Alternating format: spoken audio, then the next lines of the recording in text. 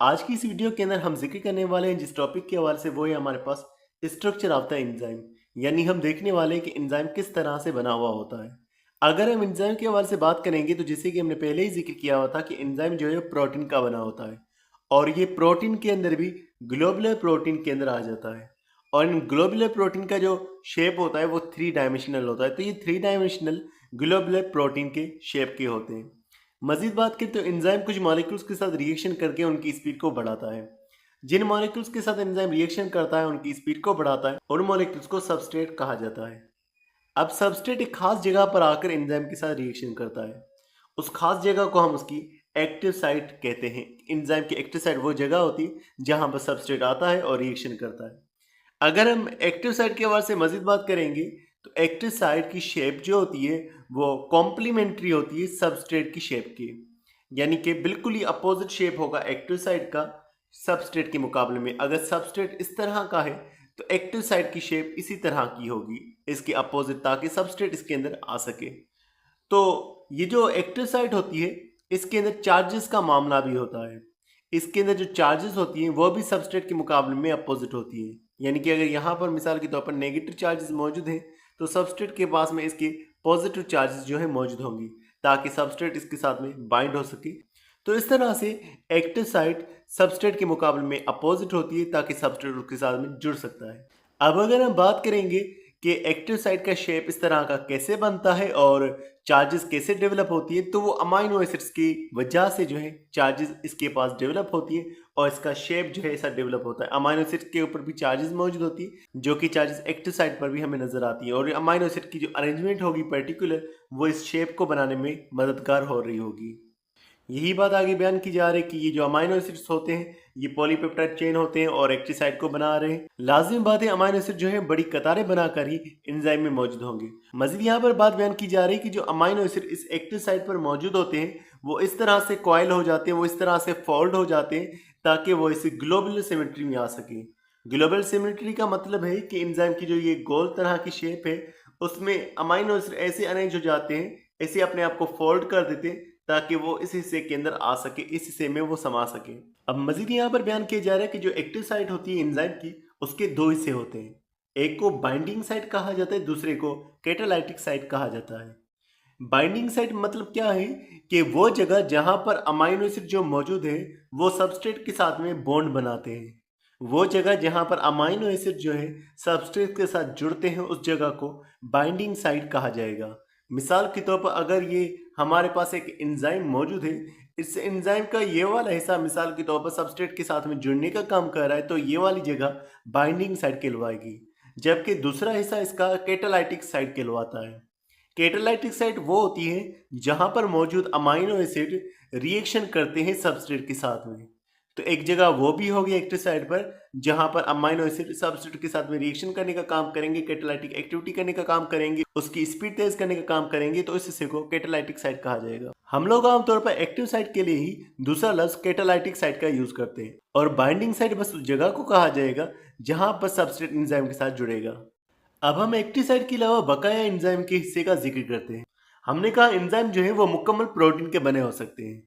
तो वो एंजाइम बहुत ही सिंपल है जिनमें सिर्फ प्रोटीन पाया जा रहा है और कोई हिस्सा नहीं पाया जा रहा। लेकिन कुछ एंजाइम ऐसे भी होते हैं जिनमें प्रोटीन के अलावा नॉन प्रोटीन पार्ट भी मौजूद हो सकता है। तो जिनके अंदर दो पार्ट आ गए, एक प्रोटीन का पार्ट आ गया और दूसरा नॉन प्रोटीन पार्ट आ गया, उस एंजाइम को कहा जाता है कॉन्जुगेटेड एंजाइम। हमने पहले कॉन्जुगेटेड मॉलिक्यूल जब जिक्र किए थे तो हमने कहा था कॉन्जुगेटेड मॉलिक्यूल्स वो होते हैं जो जुड़े हुए होते हैं, जिनमें कोई दूसरा मॉलिक्यूल भी जुड़ा होता है। इसी तरह से एंजाइम के अंदर भी प्रोटीन के अलावा नॉन प्रोटीन पार्ट अगर जुड़ा होगा तो उसे कॉन्जुगेटेड एंजाइम कहा जाएगा। अब ये जो नॉन प्रोटीन पार्ट एंजाइम के साथ जुड़ा होगा, इस नॉन प्रोटीन पार्ट के लिए एक और लफ्ज यूज किया जाता है, वो होता है कोफैक्टर। तो हम कहेंगे एंजाइम जो है, जो कॉन्जुगेटेड एंजाइम है, उसके अंदर एक एंजाइम का पार्ट है और दूसरा पार्ट उसके साथ कोफैक्टर का जुड़ा हुआ हो सकता है। कोफैक्टर जो है सबस्ट्रेट को जोड़ने का काम करते हैं और दूसरा कोफैक्टर का काम एंजाइम की स्पीड को तेज करने का भी होता है। अब ये जो कोफैक्टर है जो नॉन प्रोटीन है, नॉन प्रोटीन का मतलब कि इसके अंदर प्रोटीन के अलावा बाकी कोई चीज हो सकती है। अब या तो ये ऑर्गेनिक हो सकते हैं या इनऑर्गेनिक हो सकते हैं। तो अगर हम बात करें इनऑर्गेनिक कोफैक्टर्स के हवाले से, तो उसमें मेटेलिक आयंस आ जाते हैं, जैसे मैंगनीज हो गया। तो ये हमारे पास हो गए इनऑर्गेनिक कोफैक्टर्स।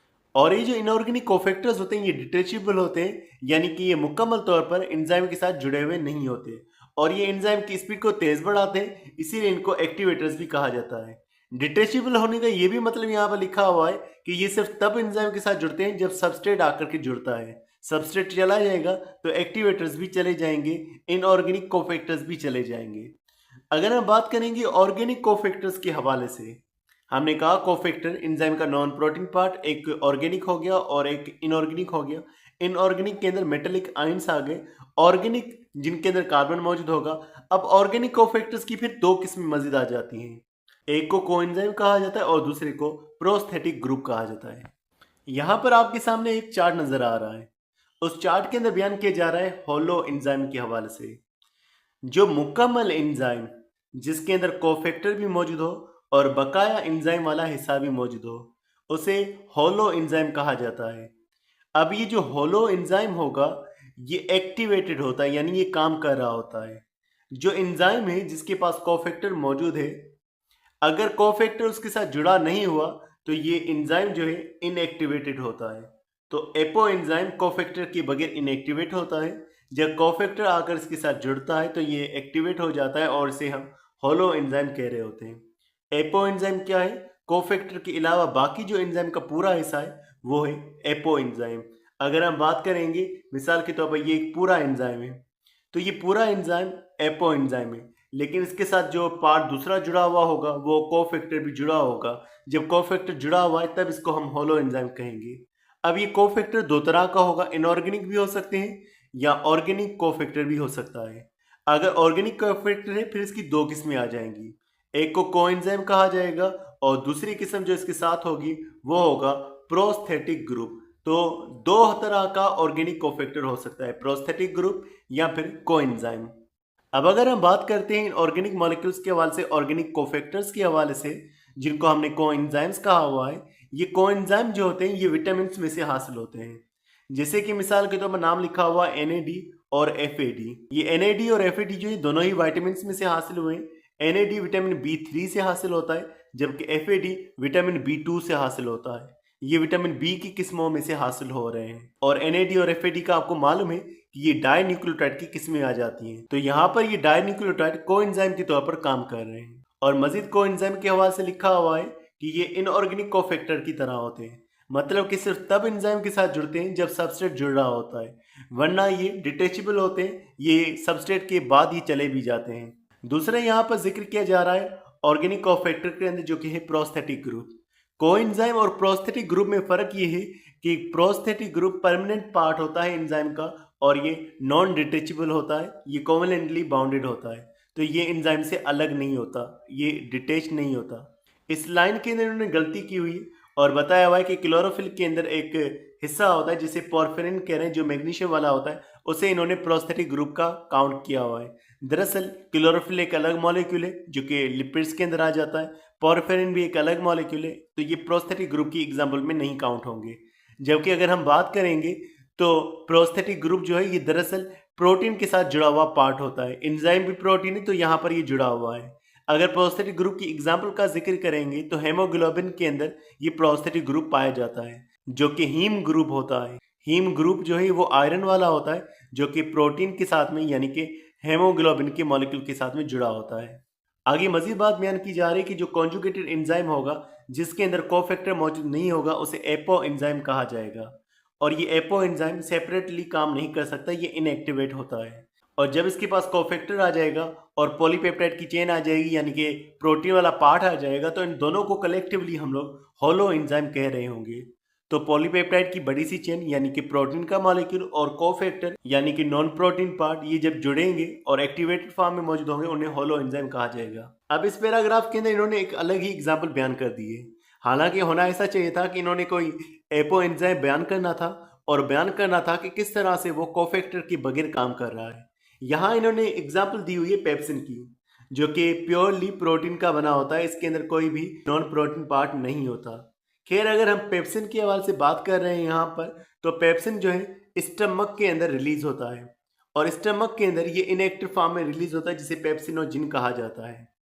तो स्टमक की वॉल जो है यानी कि जहां पर गैस्ट्रिक ग्लैंड्स मौजूद है, स्टमक के सेल्स मौजूद हैं, वो इस पेप्सिन को रिलीज कर रहे हैं, लेकिन पेप्सिन शुरू में पेप्सिनोजिन के तौर पर रिलीज होगा। पेप्सिनोजिन जो है वो इनएक्टिव फॉर्म में होता है, यानी कि इसके अंदर एक्टिव साइट इसकी ब्लॉक हुई पड़ी होती है।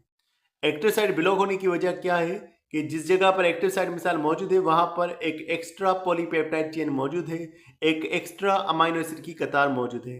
होगा क्या कि जब स्टमक के अंदर ये HCl रिलीज होगा और पेप्सिनोजिन जब इस HCl के साथ रिएक्ट करेगा तो इसकी जो एडिशनल पॉलीपेप्टाइड चेन है यानी कि एक्स्ट्रा इसका अमाइनो एसिड वाला पार्ट है वो रिमूव हो जाएगा, एक्टिव साइट फ्री हो जाएगी और ये पेप्सिन जो है एक्टिवेट हो जाएगा और फंक्शनल हो जाएगा। तो डियर स्टूडेंट्स, आज की वीडियो में बस इतना ही था। उम्मीद करता हूँ ये वीडियो आपको पसंद आई होगी। इंशाल्लाह मिलते हैं नेक्स्ट वीडियो में, तब तक अपना बहुत सारा ख्याल रखिएगा। अस्सलाम वालेकुम।